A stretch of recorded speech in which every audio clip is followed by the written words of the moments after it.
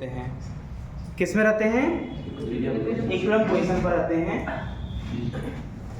जैसे मान लेते हैं HCl, ठीक। तो अब HCl में जो भी पॉजिटिव और नेगेटिव के बीच डिस्टेंस होगा, दोनों न्यूक्लियस के बीच का डिस्टेंस, तो यही बॉन्ड लेंथ कहलाता है। क्लियर? तो जो बॉन्ड लेंथ भी तो एक लेंथ ही होगा ना, बॉन्ड लेंथ भी कोई लेंथ ही होगा। तो ये वो लेंथ होता है जब दोनों न्यूक्लियस जो है अपने अपने स्टेबल पोजीशन पर होते हैं। स्टेबल पोजीशन पर HCl केवल एक तो एटम, एक तो मॉलिक्यूल होगा नहीं, पहली बात। HCl HCl HCl ऐसे से करके कई सारे कॉम्बिनेशन होंगे HCl के, HCl HCl ऐसे कर करके पूरा एक कॉम्बिनेशन होगा। तो जब वो कॉम्बिनेशन में अगर किसी एक मॉलिक्यूल की बात करें H और Cl का, तो इसका कहीं न्यूक्लियस होगा और इसका कहीं न्यूक्लियस होगा। अच्छा, इसके साथ भी HCl का बाकी पार्ट इससे जुड़ा होगा, सब जुड़े होंगे, सब एक चेन बना होगा पूरा। तो ये दोनों के न्यूक्लियस जब अपने स्टेबल स्टेज पे होते हैं, अपने स्टेबल स्टेज पे होते हैं, उस समय जो उनके बीच का लेंथ होता है वही बॉन्ड लेंथ कहलाता है। क्लियर? ये सब एक्सपेरिमेंटल, आज थ्योरेटिकल पार्ट चलेगा जिसमें आपको थ्योरी का पोर्शन ज़्यादा मिलेगा और एक्सपेरिमेंटल पोर्शन को हम ज़्यादा पढ़ाएंगे, उसमें प्रूफ आपको कम मिलेगा। वो एक्सपेरिमेंटली डिफाइन किया गया है, उसको हम प्रूफ नहीं कर सकते। जैसे एक पॉइंट यही मिला क्या, कि हर एटम जो है, जो एटम एटम के साथ जुड़े होते हैं, वो स्टेबल फॉर्म में एक फिक्स डिस्टेंस पर जब होते हैं, चलिए उसको नाम देते हैं R0। R0 जो है वो इन दोनों एटम के बीच का डिस्टेंस है, दोनों के न्यूक्लियस के बीच का डिस्टेंस R0 है, जिस पर ये दोनों का बॉन्ड लेंथ डिफाइन किया जा रहा है।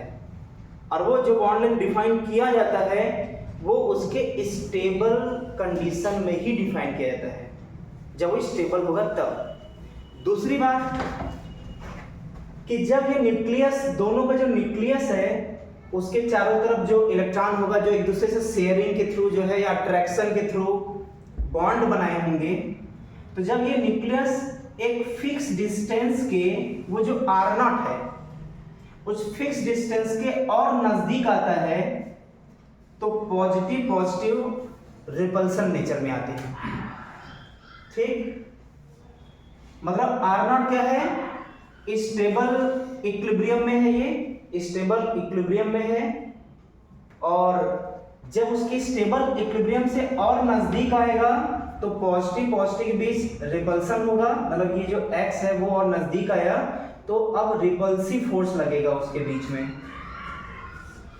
और जब एक फिक्स R0 डिस्टेंस से जब ज्यादा डिस्टेंस पर हो जाएगा दोनों पॉजिटिव,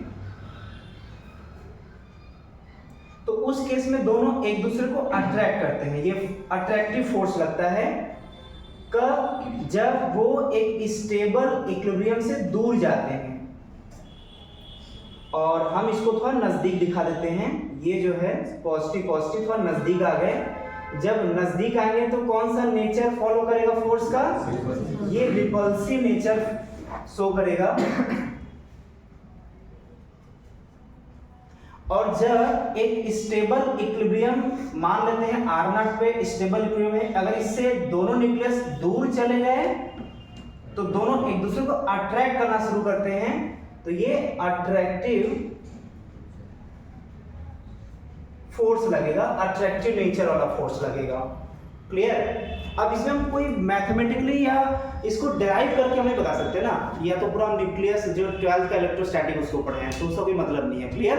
हमें ये चीजें एक्सेप्ट करना होगा, इसको नोट डाउन के बाद में करेंगे हम लोग। अब ये तीन कंडीशन बन रहा है, ये कौन सा वाला कंडीशन है? इनके बीच का जो डिस्टेंस R है, इनके बीच का जो डिस्टेंस R है, इसका कंडीशन क्या है यहाँ पर? ये हो गया R0 से कम, ये वाला कंडीशन, जब दोनों न्यूक्लियस नजदीक आ गए। और ये कंडीशन किसका बना? R0 से वो क्या हो गया? ज्यादा। अभी तक तो अच्छा, इस पे नेट फोर्स क्या कहलाएगा? अभी नेट फोर्स क्या होगा 0। किस पर? At r is equal to r not पर। क्या ये 3 केस बन रहे हैं? अभी 2 न्यूक्लियस जब स्टेबल फॉर्म में थे तो नेट फोर्स दोनों पर क्या लग रहा था? 0 लग रहा था।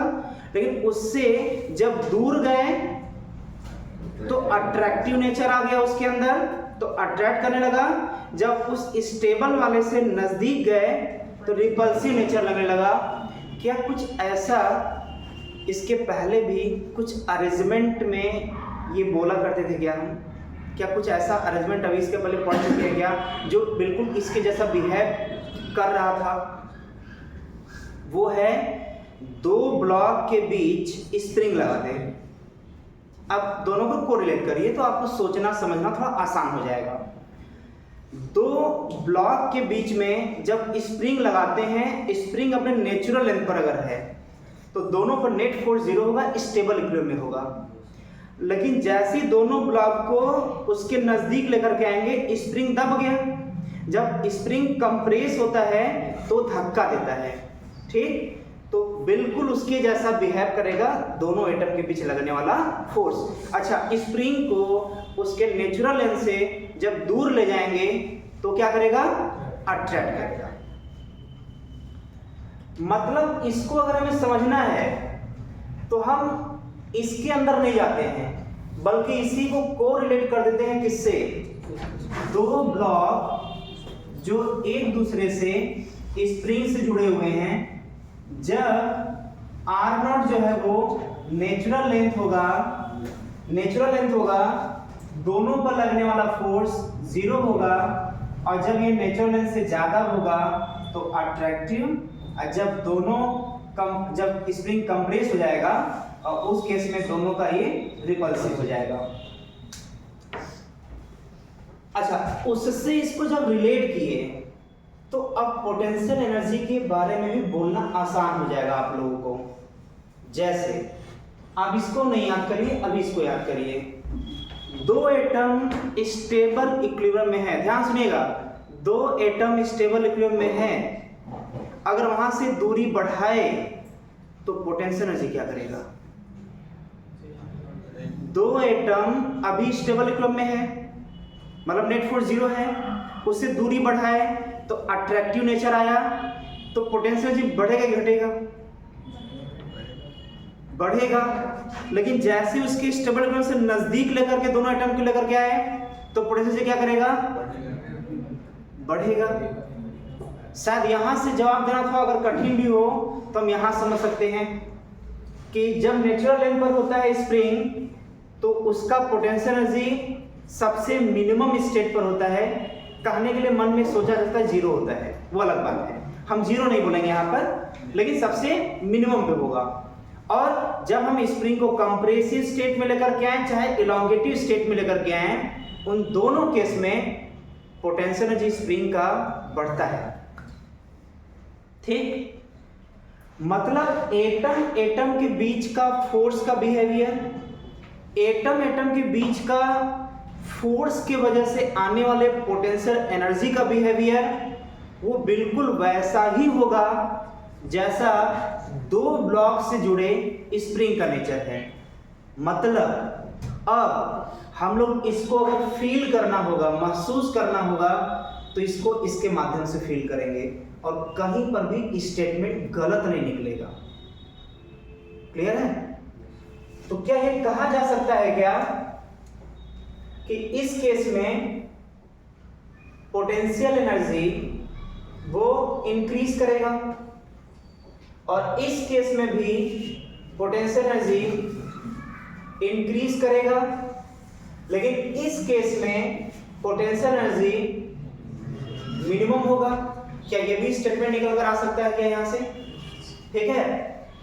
अब देखिए एक्सपेरिमेंटली जो एक्सपेरिमेंट करके जो इसका ग्राफ ड्रॉ किया गया, किसका इन 2 एटम के बीच के डिस्टेंस और उनके बीच लगने वाले जो जनरेट होने वाले पोटेंशियल एनर्जी है, उनके बीच ग्राफ खींचा गया। किन के बीच ग्राफ देख लेते हैं।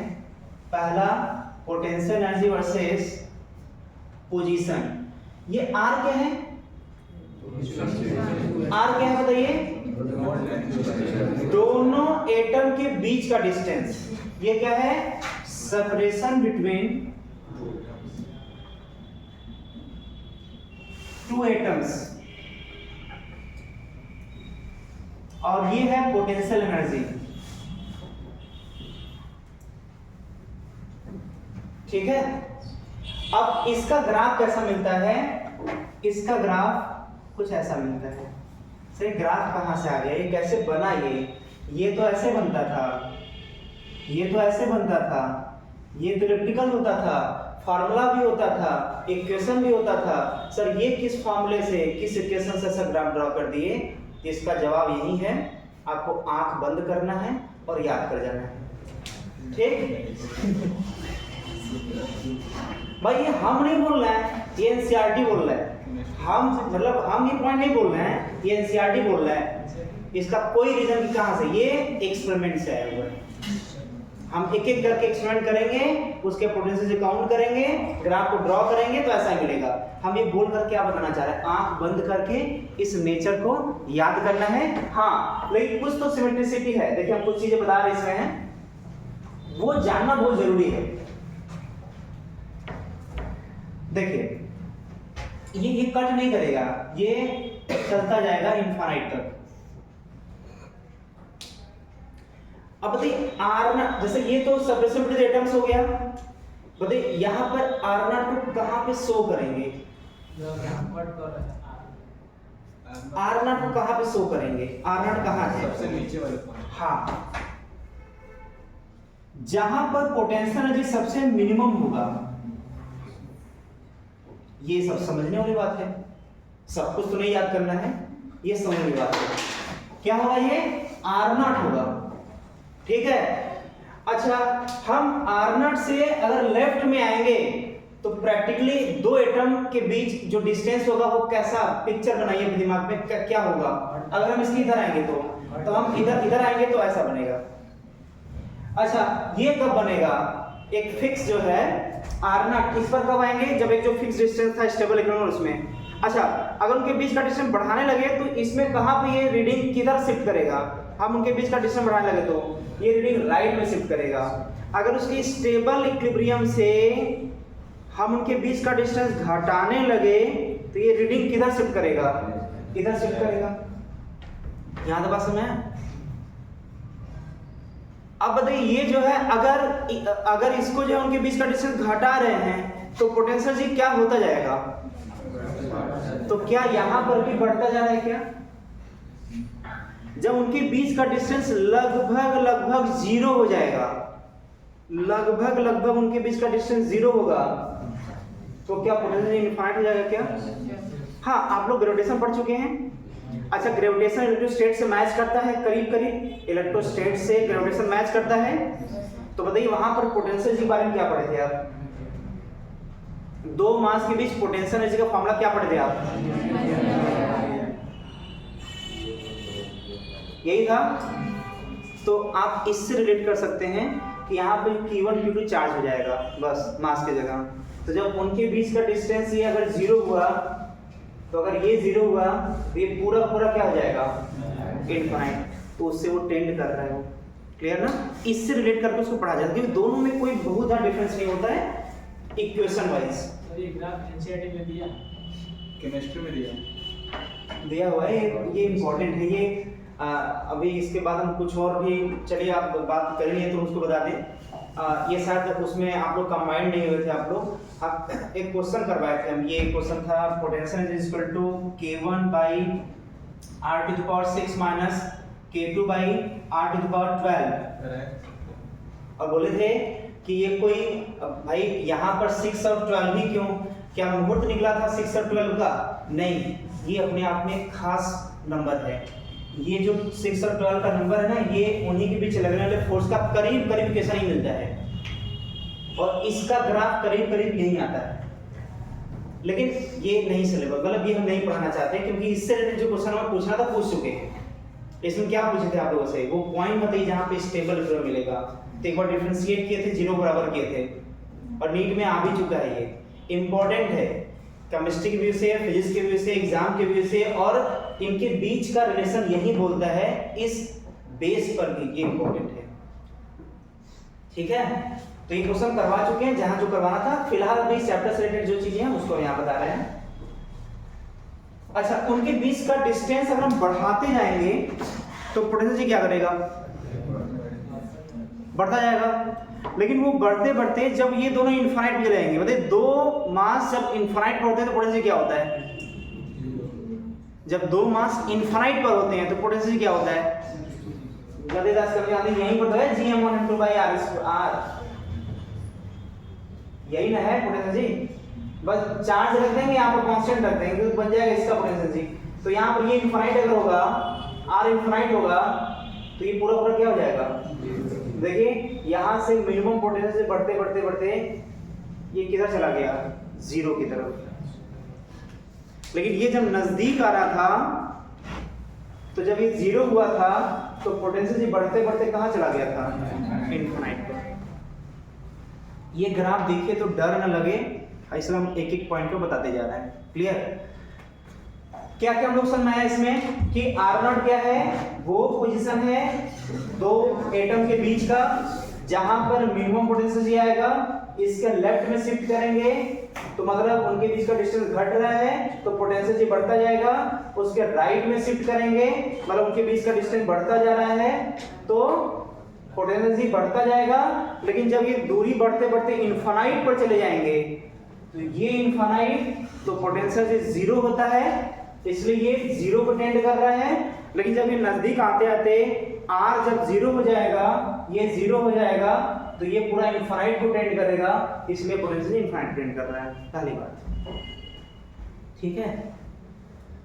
अब आते हैं इसमें फोर्स के बारे में। हम एक बार बताए थे आप लोग को, पोटेंशियल एनर्जी, ये एनर्जी सिर्फ और सिर्फ कंजर्वेटिव फोर्स से ही रिलेटेड होता है। नॉन कंजर्वेटिव फोर्स से कभी भी पोटेंशियल एनर्जी डिफाइन नहीं होता। ये किसके बीच का ग्राफ है, पोटेंशियल एनर्जी वर्सेस पोजीशन का है। तो पक्का है कि इसका क्या कंजर्वेटिव फोर्स देगा, इसका स्लोप का माइनस वैल्यू, माइनस इसके पहले भी पिछले लेक्चर में बोले थे आप, माइनस वैल्यू क्या देगा, कंजर्वेटिव फोर्स देगा। क्या फॉर्मूला होता है, du/dr इक्वल टू फोर्स। अरे इतना इंपॉर्टेंट है ये इक्वेशन, इतना इंपॉर्टेंट है कि 12th में भयानक तरीके से इसका यूज है। इसलिए अभी जितना दर्द सह करके इसको याद कर सकते हैं याद कर लीजिए, इसका यूज ही यूज है 12th में, ठीक है ना। तो अभी से हमको इसको अच्छे से कमांड करना होगा। तो बताइए, अगर हम बात करें, चलिए इसको छोड़ते भी हैं, अब आते हैं ग्रेविटेशन पर। अब बताइएगा, अगर दो मास के बीच का डिस्टेंस बढ़ाएंगे तो पोटेंशियल एनर्जी बढ़ता है घटता है, बताइए। पक्का बढ़ता है। जिस डायरेक्शन में पोटेंशियल एनर्जी बढ़ता है उसके उल्टा कंजर्वेटिव फोर्स लगता है।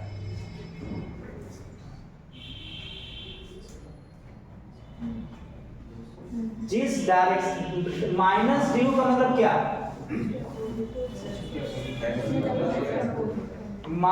चेंज कभी माइनस आ गया, ध्यान सुनेगा, चेंज कभी माइनस आ गया मतलब फाइनल वाला कम इनिशियल ज्यादा। चेंज कभी माइनस आ गया इसका मतलब फाइनल वाला कम इनिशियल वाला। तो हमेशा कंजर्वेटिव फोर्स का डायरेक्शन ज्यादा पोटेंशियल एनर्जी से कम पोटेंशियल एनर्जी की तरफ होता है। अब एक सिंपल एग्जांपल लेने जा रहे हैं, उससे तुरंत समझ आ जाएगा। चलिए पहले सिंपल एग्जांपल लेते हैं। बताइए, पार्टिकल को ऊपर ले जा रहे हैं, ग्राउंड से ऊपर ले जा रहे हैं, पोटेंशियल बढ़ा है घटा, यहाँ तो mgs से तुरंत बदल जाएगा ना। ब्लॉक ऊपर ले जा रहे हैं, बताइए पोटेंशियल बढ़ा है घटा, बढ़ा। तो जिस डायरेक्शन में पोटेंशियल बढ़ता है फोर्स उसके अपोजिट लगता है। mg किधर लगता है, अच्छा वही अपोजिट नहीं लगा, डाउन लगता है ना। ये सिंपल एग्जांपल है कि नहीं। ऊपर ले गए ब्लॉक को, mgh की वजह से पोटेंशियल बढ़ने लगा, जिधर पोटेंशियल बढ़ता है उसके अपोजिट फोर्स लगता है, इसलिए mg नीचे लगता है। इसे समझ आ रहा है कि नहीं? बस तो यहाँ भी देखिए, दो मास हमेशा अट्रैक्टिव नेचर के होते हैं, तो दो मास के बीच का डिस्टेंस अगर बढ़ रहा है तो पोटेंशियल जी बढ़ेगा, इसलिए इनफाइनाइट पर जब दोनों मास जाते हैं तो पोटेंशियल जीरो होता है। अच्छा जीरो हो गया तब तो पोटेंशियल जी घटना चाहिए था ना? अरे इनफाइनाइट पर गया तो पोटेंशियल जीरो हो गया, इसका पोटेंशियल बढ़ना। पहले से नेगेटिव। हाँ, वो पहले से बेचारा कर्जे में था, माइनस में था ना वो, अब तो जीरो हो गया ना, वो तो पहले से उसके ऊपर माइनस था, बाद में जीरो हो गया बेचारा, कम जीरो तो हो गया, तो जीरो की तुलना में नहीं, नेगेटिव तुलना में वो पोटेंशियल बढ़ा हुआ है। तो जब इधर दो मास को ऐसे ले जा रहे हैं तो पोटेंशियल जी बढ़ रहा है, और जिधर पोटेंशियल जी बढ़ता है उसके जस्ट उल्टा फोर्स लगता है, और हमें पता है कि दो मास के बीच हमेशा फोर्स अट्रैक्टिव होता है। दो एग्जांपल बने, तीसरा एग्जांपल ये है, देखते हैं, ध्यान समझिएगा। दो एटम स्टेबल इक्विलिब्रियम में है, उससे अगर दूर ले जाएंगे तो पोटेंशियल जी क्या करेगा? बढ़ेगा। अरे दूर ले जाएंगे तो क्या करेगा? अच्छा, जिस डायरेक्शन में पोटेंशियल बढ़ता है जस्ट उसके उल्टा फोर्स लगता है, तो क्या इनके बीच का डिस्टेंस बढ़ा है? देखिए अट्रैक्टिव फोर्स लगा है कि नहीं, ठीक है। अच्छा, अगर वो अपने स्टेबल इक्विलिब्रियम से नजदीक जाएगा तो पोटेंशियल बढ़ेगा घटेगा? बढ़ेगा घटेगा? पक्का बढ़ेगा। किधर बढ़ा? इधर बढ़ा, तो फोर्स किधर? उसके उल्टा है क्या? देखिए कितने एग्जांपल लिए, 3 एग्जांपल, क्या तीनों जगह ये सेटिस्फाई किया कि नहीं? और छोड़िए उसको, ये फार्मूला गलत थोड़ी ना हो सकता है, एनसीईआरटी में लिखा है तो इसके हिसाब से भी चेंज इन कभी नेगेटिव आता है तो समझिए फाइनल वाला क्या होगा? कम, इनिशियल वाला क्या होगा? तो फोर्स ज्यादा से कम की तरफ इसलिए होता है। ये क्लियर हुआ बात? अब आते हैं इस ग्राफ पर, बताइए कहां पर फोर्स जीरो देगा? यहां पर फोर्स जीरो देगा, क्योंकि यहां पर स्लोप जीरो होगा, और पोटेंशियल वर्सेस पोजीशन का जो स्लोप होता है वही तो फोर्स देता है नेगेटिव में, तो यहां पर फोर्स क्या होगा? अच्छा, इसके इस साइड में force positive negative, force positive negative, इसके इधर किसी भी पॉइंट पर फोर्स पॉजिटिव नेगेटिव। अरे भाई यहां पर टेंजेंट ड्रॉ करेंगे तो स्लोप नेगेटिव हो गया, तो माइनस स्लोप होता है फोर्स, तो इसका मतलब फोर्स क्या हो जाएगा? पॉजिटिव हो जाएगा। हाँ, हम ही क्यों पढ़ रहे हैं, हम ही समझ रहे हैं क्या?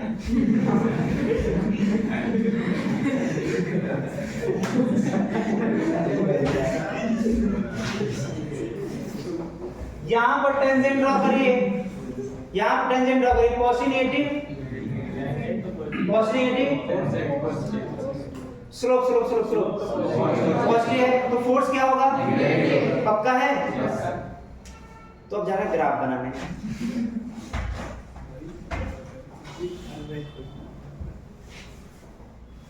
फोर्स वर्सेस पोजीशन का ग्राफ ऐसा होता है। सर ये तो उसके जैसा है, हाँ है, लेकिन अब जो है ये R0 हो जाएगा। एक बार इसको ऐसा करते हैं ना, कंपेयर करते हैं, इसको ऐसा करते हैं ना, इसी के जस्ट नीचे यहाँ पर ये फोर्स और ये हो गया पोजीशन, जस्ट उसके नीचे सिमेट्रिकल। तो देखिए इसका ग्राफ ऐसा होगा, जस्ट यहाँ पर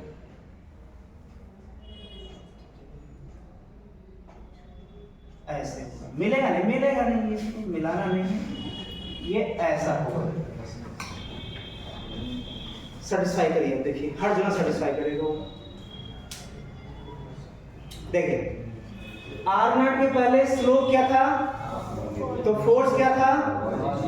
पक्का देखिए R0 ही है। R0 के पहले जो भी फोर्स है वो क्या है? R0 के पहले सभी क्या है? फोर्स। अच्छा, R0 के बाद सभी फोर्स क्या है? तो क्या नेगेटिव यहीं से आ रहा है क्या? देखिए यहाँ पर कहीं भी स्लोप ड्रॉ करिए तो पॉजिटिव स्लोप तो नेगेटिव फोर्स, पॉजिटिव स्लोप तो नेगेटिव फोर्स, तो नेगेटिव फोर्स आ रहा है। बना लीजिए दोनों। I0 पर भी सेटिस्फाई हो रहा है। I0 पोजीशन पर स्लोप 0। अच्छा ये नया पॉइंट बताएं ना। सही है, पोजीशन पर तो फोर्स कट करा तो जीरो हो जाएगा, ठीक है, नोट कर लीजिए। मतलब ये कहीं भी एनसीईआरटी में कहीं भी देखिए तो डरना नहीं है, डराना है इसको, ये हमें सब कुछ पता है।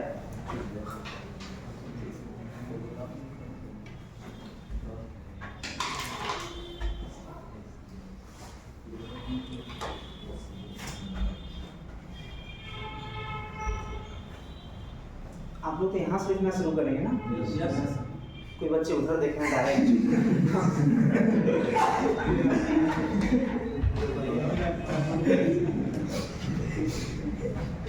मोबाइल में से सब छाप रहा है। फास्ट इसको नोट। मोबाइल में देख के छाप रहा है।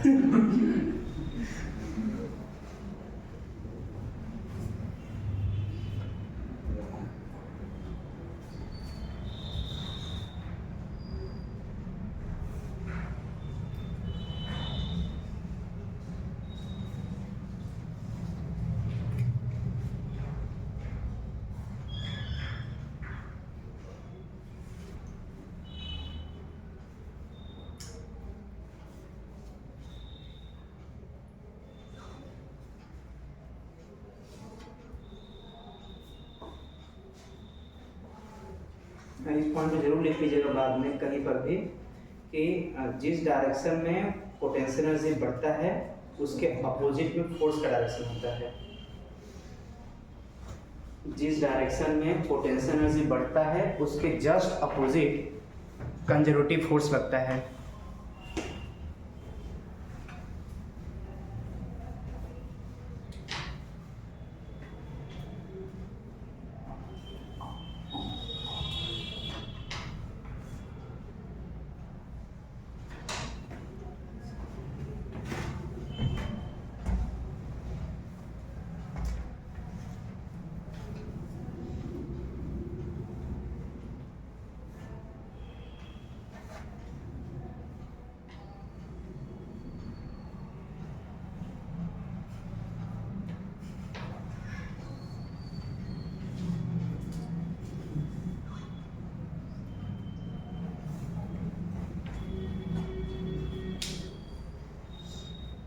लिख लीजिएगा समझने के लिए मुस्कुराते हुए, दो ब्लॉक के बीच स्प्रिंग लगा देंगे, सब कॉन्सेप्ट क्लियर हो जाएगा।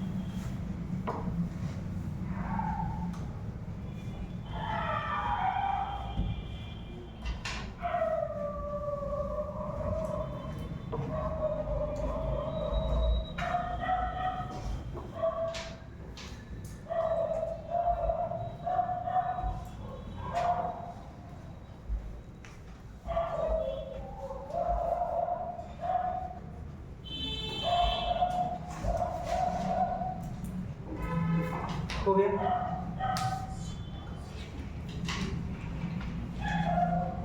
ये कैसे निगेटिव हो गया ये रीजन और कैसे पॉजिटिव हो गया, अगर ये समझना है तो आप जो है यहाँ के लिए ये फोर्स जो है वो पॉजिटिव नेचर का या फिर ये जो है वो नेगेटिव नेचर का किस बेस पे बोल पा रहे हैं, तो F equal to minus slope of potential energy versus position, हम इसी बेस पर ये एनालिसिस कर पा रहे हैं।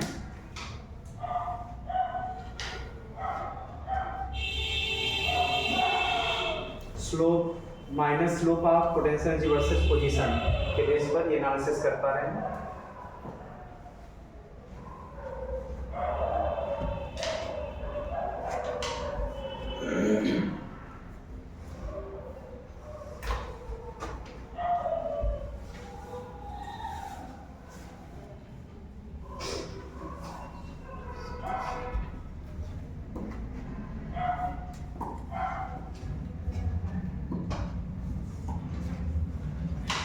हो गया।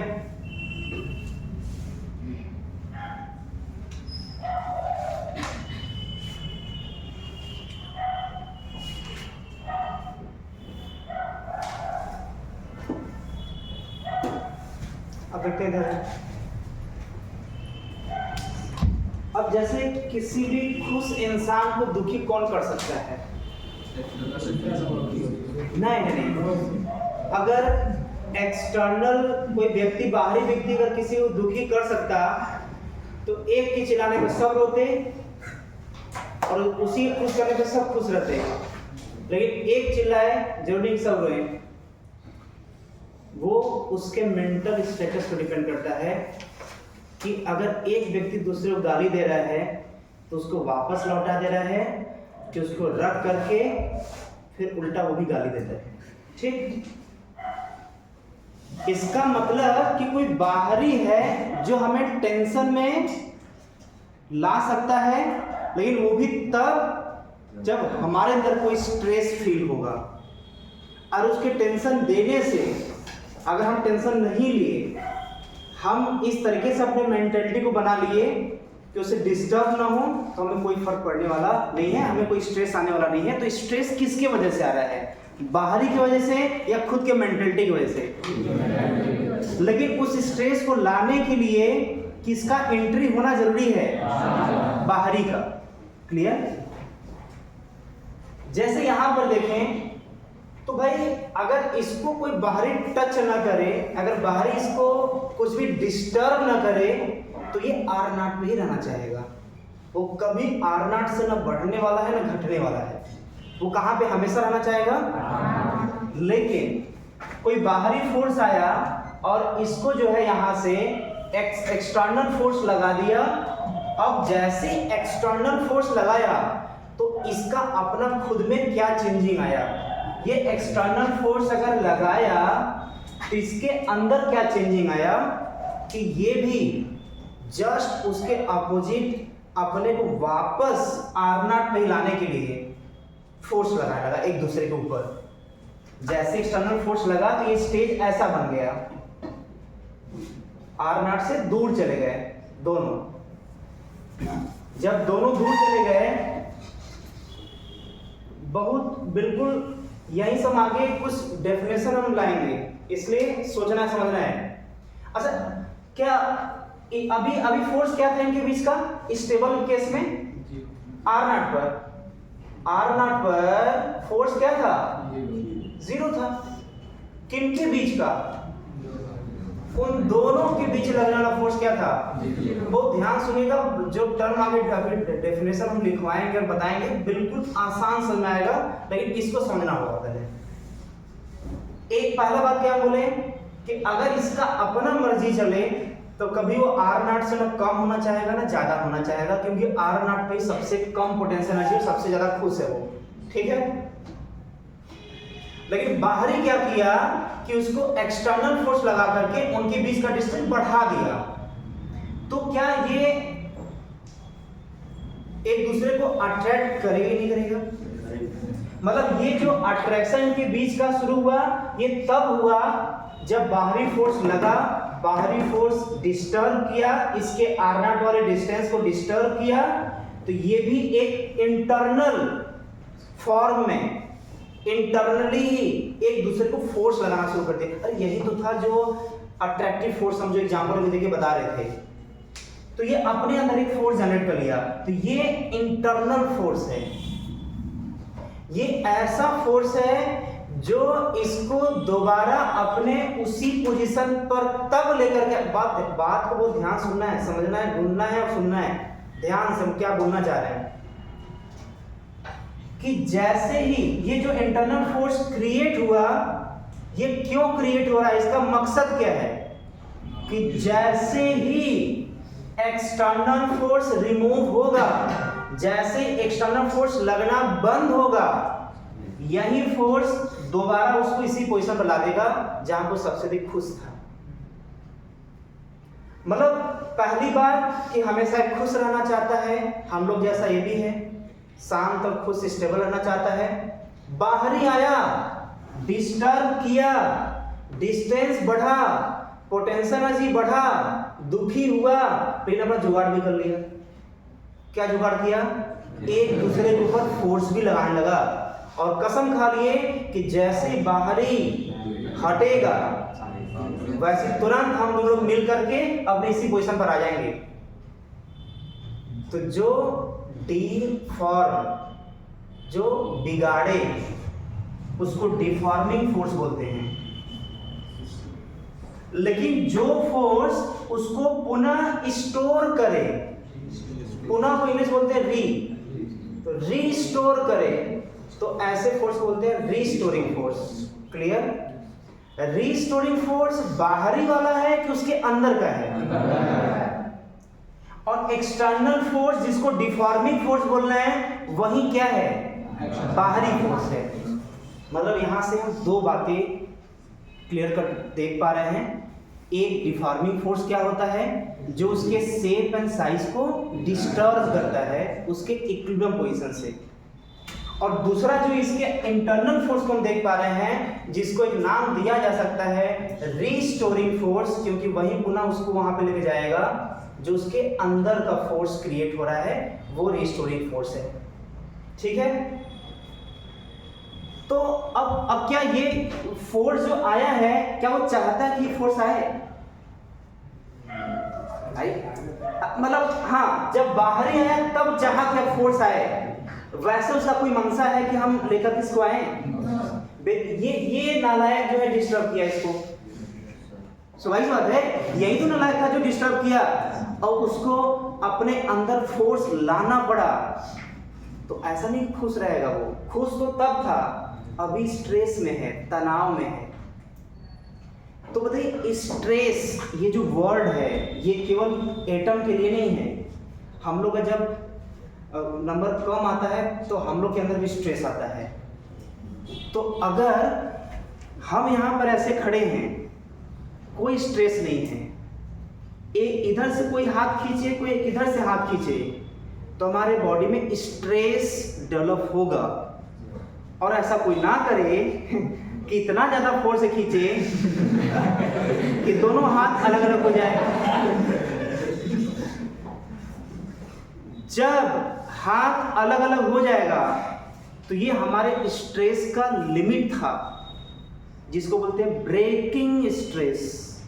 ऐसा स्ट्रेस, ऐसा, भैया ये मजाक तो है लेकिन सब डेफिनेशन है, आप एनसीईआरटी में देखेंगे, बुक, बस हमारे बताने तरीका वही है कि हम प्रैक्टिकल भाषा में बता रहे हैं, तो प्रैक्टिकल को प्रैक्टिकल तक लिमिट नहीं रखना है। वो पूरा आपके एनसीईआरटी से, बुकलेट से, डेफिनेशन सब उसी से जनरेट होगा। क्लियर ना?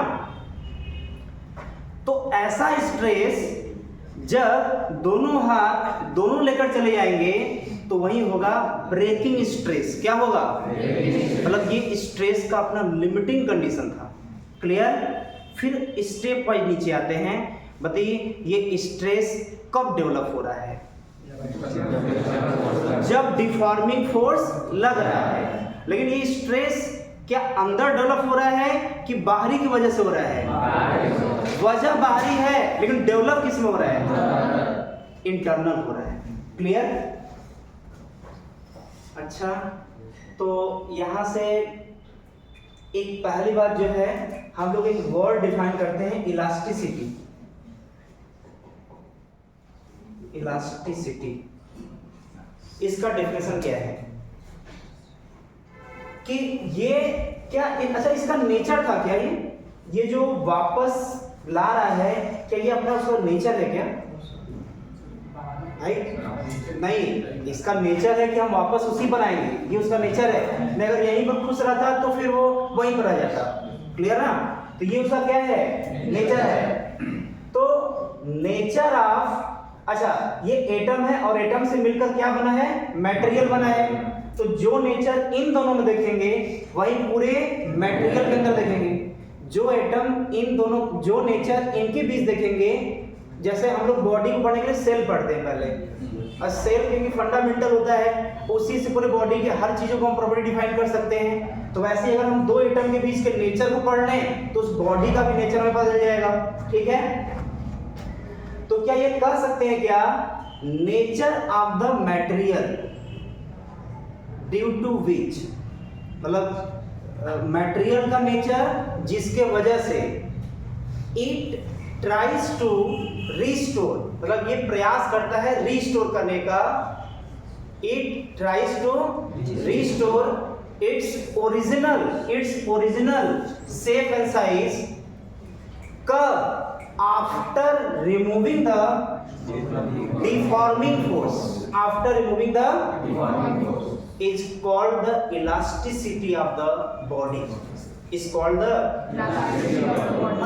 मतलब ये हुआ कि ये जो भी प्रक्रिया हो रहा है, जिसके वजह से फोर्स आ रहा है, जिसके वजह से वो वापस आ रहा है, ये सब कुछ उसका वो नेचर है जिसको एक नाम से बोला जाता है, वो नाम है इलास्टिसिटी। क्लियर? तो पहले हम लोग इलास्टिसिटी हेडिंग देते हैं, अभी कुछ नहीं लिखेंगे, पर इलास्टिसिटी हेडिंग देते हैं। अगर पढ़ाते तो लोग मन बाहर नहीं जाता है ना, ये बहुत अच्छा लगता है, बाहर मत जाने दिया करिए, एकदम पूरा एकदम कंसंट्रेट सुना करिए, कंसंट्रेट होकर के। चलिए इलास्टिसिटी का डेफिनेशन लिखिए। Property of the material due to which, elasticity का definition, property of the material due to which it tries to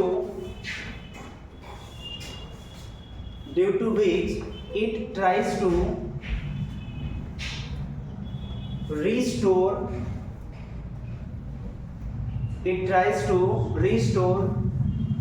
its original shape and size, its original shape and size after removing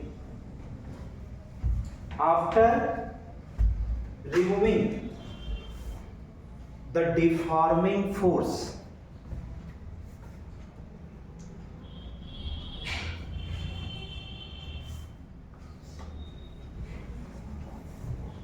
after removing the deforming force is called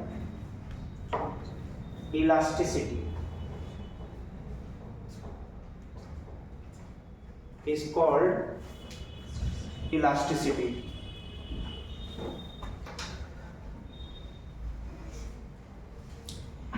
And internal force due to which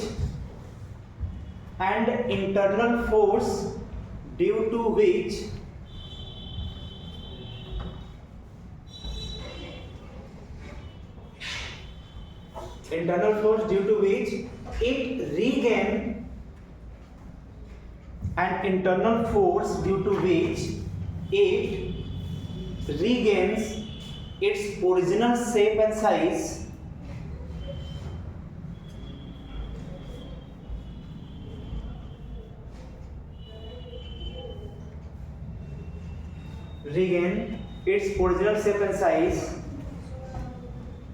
is called restoring force, is called restoring force.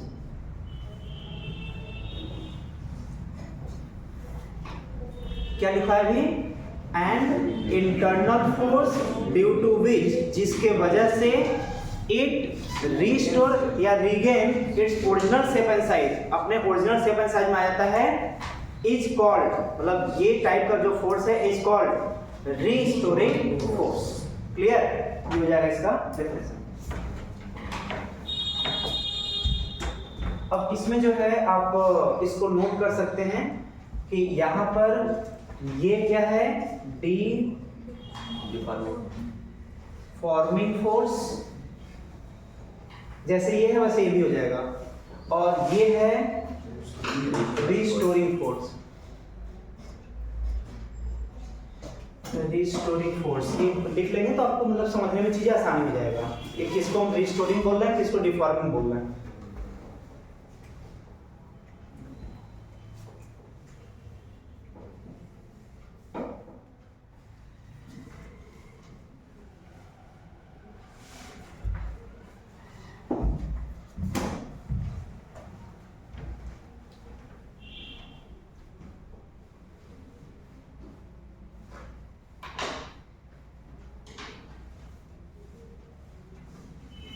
ये are not क्यों zero करती हैं? क्या हुआ? R not equal to zero.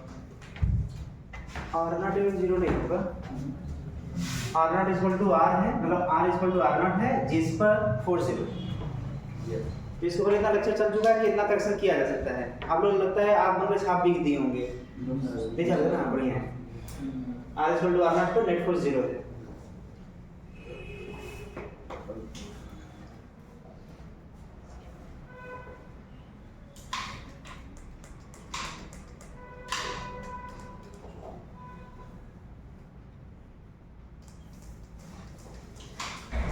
ठीक है, अब इसको जो है, अब इसी से हम लोग ऐसा करते हैं, आगे हम लोग यूज पड़ेगा ये जो मटेरियल, एक हो गया रॉड, एक हो गया वायर, रॉड या वायर। ठीक है, तो अगर हम बात करें कि जब हम दो एटम के बीच का नेचर पढ़ चुके हैं, तो ये रॉड इसी से तो मिलके बना होगा, तो इसको किस नजरिए से देख रहे हैं? कुछ ऐसा नजरिया होना चाहिए कि इसमें लाखों करोड़ों अरबों एटम होंगे, जो हर एक एटम एक दूसरे से जुड़े होंगे फोर्स से, और वो सभी एटम जो एक दूसरे से फोर्स से जुड़े हुए हैं वो पूरा इस डायरेक्शन में इस तरीके से डिस्ट्रीब्यूटेड है। मतलब ये एटम एटम से मिलकर बना होगा, वो सभी एटम एक दूसरे को बाइंड किए होंगे, हर एक एटम एक दूसरे को क्या किए होंगे? बाइंड किए होंगे। तो अगर दो एटम, जबकि इसको हाथ से ऐसे डिफॉर्म नहीं किया जा सकता था, या तो इतने छोटे एकदम हो जाएं कि एटम के लेवल के हो जाएं, तब तो दोनों को दोनों हाथ से ऐसे खींच सकते हैं। ये तो एग्जांपल समझने के लिए एग्जांपल लिए थे ना, एटम कहाँ ऐसे खींचा जा सकता है। लेकिन इसी से इसको देखिए, तो रॉड जो है वो भी एटम से मिलकर बना होगा। वो एटम का अरेंजमेंट ये है कि एक एटम दूसरे को जोड़ा है, तीसरे को जोड़ा है, चौथे को जोड़ा है, पांचवा, सब एक दूसरे को जोड़े हुए हैं, एक दूसरे को बाइंड किए हुए हैं, और वो एक आकार ले रहा है किसका? रॉड का, या एक आकार ले रहा है किसका? वायर का। तो अब ये बताइए कि यहाँ पर अब इन दोनों को ऐसे हाथ से पकड़ा जाए, तो अब हमारे हाथ में एक दो एटम नहीं, अगर इसका ये पॉइंट और ये पॉइंट पकड़ने, मतलब कि करोड़ों अरबों, मतलब बहुत ज्यादा एटम हमारे हाथ में आ जाएगा। ठीक है, तो जैसे इन दोनों को फोर्स लगाकर खींचा गया था, तो इनके बीच का डिस्टेंस बढ़ा था, तो यही नेचर यहाँ भी शो करेगा। अगर ये रॉड है, हम इसको ऐसे फोर्स लगा करके हम ऐसे खींचेंगे, तो अरबों खरबों एटम यहाँ पर हमारे कांटेक्ट में आ गए, और बहुत ज्यादा एटम यहाँ पे हमारे कांटेक्ट में आ गया, और सब जुड़े हैं, एक दूसरे से कनेक्टेड हैं। जब हम ऐसे खींचेंगे, तो जैसे ये दोनों दूर जा रहे थे, वैसे हर एक एटम दूरी बनाएगा एक दूसरे से। मतलब एटम एटम एक जाल जैसा होता है, नेट जैसा होता है। जाल को जैसे हम अगर जो है नेट को अगर हम जैसा दिमाग में बना रहे हैं ना, कुछ उस टाइप का ये होता है, इस तरीके से। यहीं पर एटम एटम होते हैं। कुछ ऐसा दिमाग में बैठा सकते हैं हम लोग, ठीक है। तो जब इस नेट को हम ऐसे खींचेंगे तो उनके बीच का एटम के बीच का डिस्टेंस भी बढ़ेगा। अब इमेजिन करिए कि जो जो इसके साथ हो रहा था वही नहीं उसके साथ भी होगा। क्या क्या हो रहा था इसमें कि जब हम बाहरी फोर्स लगा रहे थे तो वो अपने अंदर एक रीस्टोरिंग फोर्स क्रिएट कर रहा था, वैसे रॉड को यहाँ पर ऐसे खींचते हैं तो इसके भी अंदर रीस्टोरिंग फोर्स क्रिएट होगा। और अच्छा, वायर को प्रैक्टिकली अगर हम बात करें, अगर मान लीजिए इसी की बात करें, अगर ये वायर होता है या ये लोहे का होता, आयरन का होता, इसको ऐसे खींचते तो क्या इनके बीच का लेंथ बढ़ता? बोलिए, बढ़ता है। मतलब ऐसे अगर हम फोर्स, अगर ये आयरन है इसको हम ऐसे फोर्स से खींच रहे हैं ना तो इसका लेंथ बढ़ता है।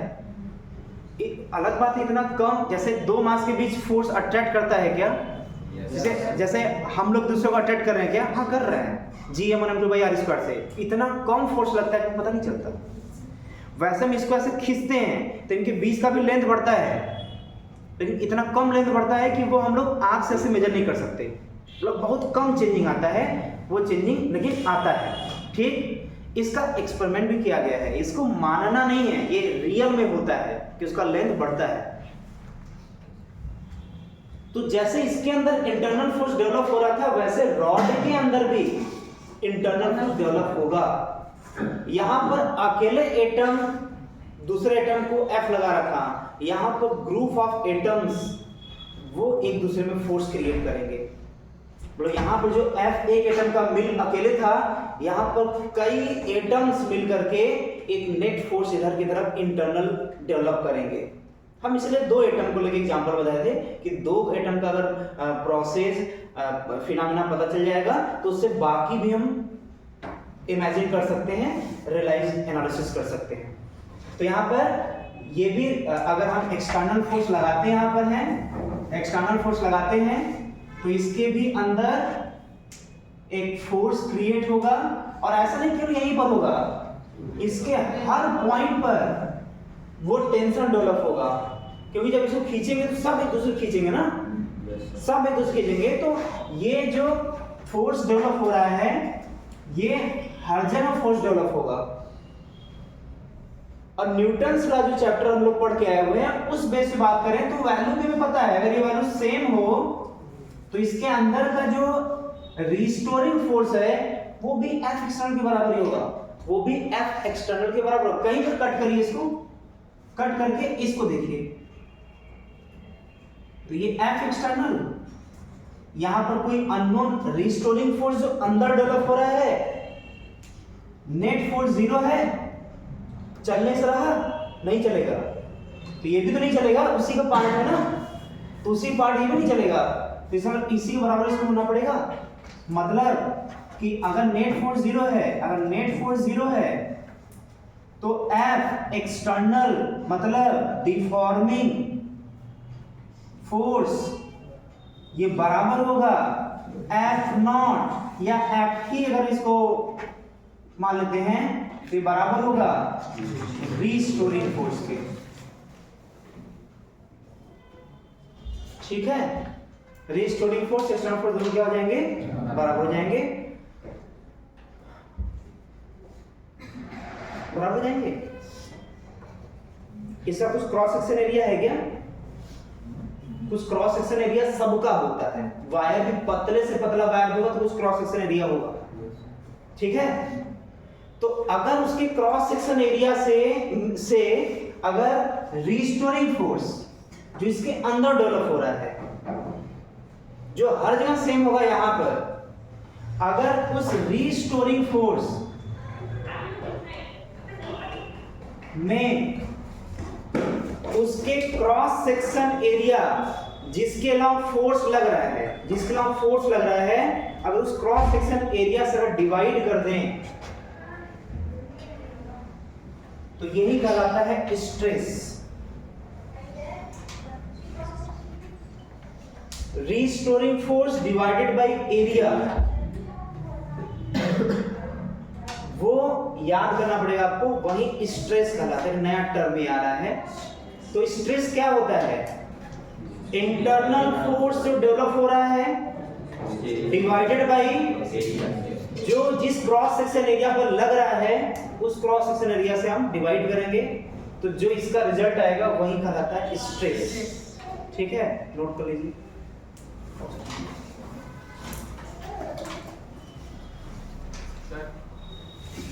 एफ नेट 0 नहीं हो तो रीस्टोरिंग फोर्स टेंशन के बराबर होगा क्या? न्यूटन लॉ में चले जाएंगे, करवाएंगे सब क्वेश्चन, हर टाइप क्वेश्चन करवाएंगे। हाँ आगे बढ़ने दीजिए, मैं हम सब कुछ सोचवाएंगे, इसमें करवाएंगे हर क्वेश्चन। इसको नोट कर लीजिए।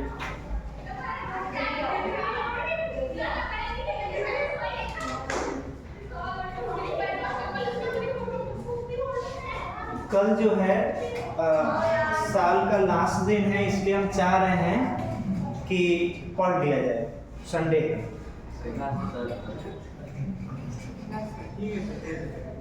जैसे हम इसलिए बोल रहे हैं कल क्लास छूट चुका है और टाइम भी लग रहा है इसमें बताने में, हर एक पॉइंट को डिटेल पूरा बताना पड़ रहा है, तो कल क्लास ले लेते हैं, 3 घंटे की ओर लेंगे, ज़्यादा नहीं लेंगे।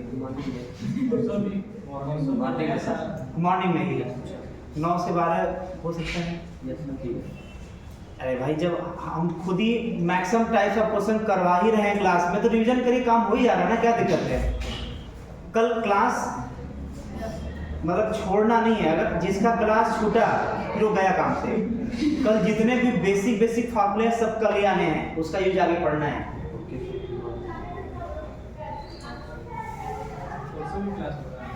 क्या हुआ? नए साल पर नया काफी टाइम टेबल चलेगा ना। नहीं, अगर कल हम लोग पढ़ लेते हैं तो एक बढ़िया इसका पोर्शन हम कवर कर ले जाएंगे ना, फिर आप लोग होमवर्क दे देंगे, करते रहेगा उसमें बैठ के जो है।